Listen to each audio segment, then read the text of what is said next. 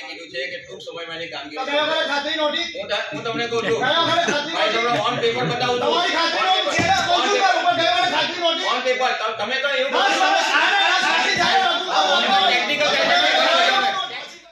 ભરૂચ નગરપાલિકાના સભાખંડમાં ખાસ સામાન્ય સભાનું આયોજન કરવામાં આવ્યું હતું। આ સામાન્ય સભામાં વર્ષ 2024-25નું બજેટ મંજૂરી માટે મૂકવામાં આવ્યું હતું। સાથે સાથે વર્ષ 2023-24ના બજેટમાં પુનઃવિનિયોગને પણ સભામાં મંજૂરી માટે મૂકવામાં આવ્યું હતું, જે બાદ રૂપિયા 191.88 કરોડના બજેટને અને રૂપિયા 28.10 કરોડનું પુરાંતવાળું બજેટ મંજૂર કરવામાં આવ્યું હતું। ભરૂચ નગરપાલિકા પ્રમુખ વિભૂતિ યાદવ, મુખ્ય અધિકારી હરેશ અગ્રવાલ, કારોબારી ચેરમેન હેમેન્દ્ર પ્રજાપતિની ઉપસ્થિતિમાં મળેલી સામાન્ય સભામાં ભરૂચ શહેરના વિકાસને લગતા વિવિધ મુદ્દાઓને લઈ ચર્ચા કરવામાં આવી હતી, તેમજ કેટલાક મુદ્દે સત્તા પક્ષ અને વિપક્ષ વચ્ચે ચકમક જરી હતી। પાલિકાના સભાખંડમાં મળેલ સામાન્ય સભામાં સત્તા પક્ષ અને વિપક્ષના મોટાભાગના પાલિકા સભ્યો ઉપસ્થિત રહ્યા હતા।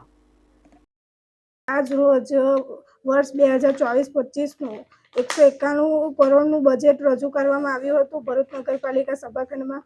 આ બજેટમાં કોઈપણ પ્રકારના કરવેરા પ્રજા ઉપર નાખવામાં આવતા નથી અને અમે પ્રજાને છેવાડાના માનવી સુધી તમામ રીતે પ્રયત્ન કરીશું કે કોઈ પણ જાતનું અમને તકલીફ કે મુશ્કેલી ના પડે અને તમામ વોર્ડના રોડ રસ્તાઓ, સાફ સફાઈના કામો અને સ્ટ્રીટ લાઇટના કામો પણ એમાં આવરી લેવામાં આવ્યા છે અને અમે નગરપાલિકાના ચૂંટાયેલા તમામ સભ્ય સાથે મળીને કામ કરીશું અને પ્રજાને સાથ સહકાર આપીશું। આ બજેટના અંદર ઘણા બધા પ્રોજેક્ટો નવા શરૂ કરવાની શાસક પક્ષ દ્વારા જે રજૂ કરેલું હતું, તમે એમને યાદ અપાવેલું છે કે ઘણા વર્ષોથી તમે કહી શકાય કે છેલ્લા 15-20 વર્ષથી નગરપાલિકાના ભારતીય જનતા પાર્ટીના શાસક પક્ષ દ્વારા વારંવાર ફાટા તળાવમાં શોપિંગ સેન્ટર બનાવવાની વાત હોય કે રંગુપ્પત શોપિંગ સેન્ટર બનાવવાની વાત હોય, રતન તળાવનું બ્યુટિફિકેશન હોય, વોર્ડ ઓફિસનું નવીનીકરણ હોય, હોકર ઝોન હોય કે પછી વિવિધ માર્ગોની વાત હોય, એ વિવિધ માર્ગો બનાવવાની વાત હોય, એ તમામ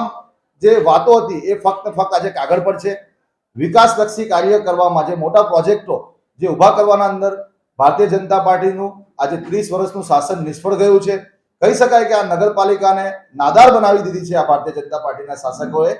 આજે નગરપાલિકા પાસે કોઈ પણ કહી શકાય કે ફંડની અછત હોવાના કારણે આ બધા પ્રોજેક્ટો આજે ફક્ત કાગળ પર છે। એટલે અમે એમને યાદ અપાવેલું આ બજેટલક્ષી મિટિંગના અંદર કે જે તમે અગાઉ જે કામો પ્રોજેક્ટ લઈને આવેલા હતા એ તમને યાદ છે કે ભૂલી ગયા?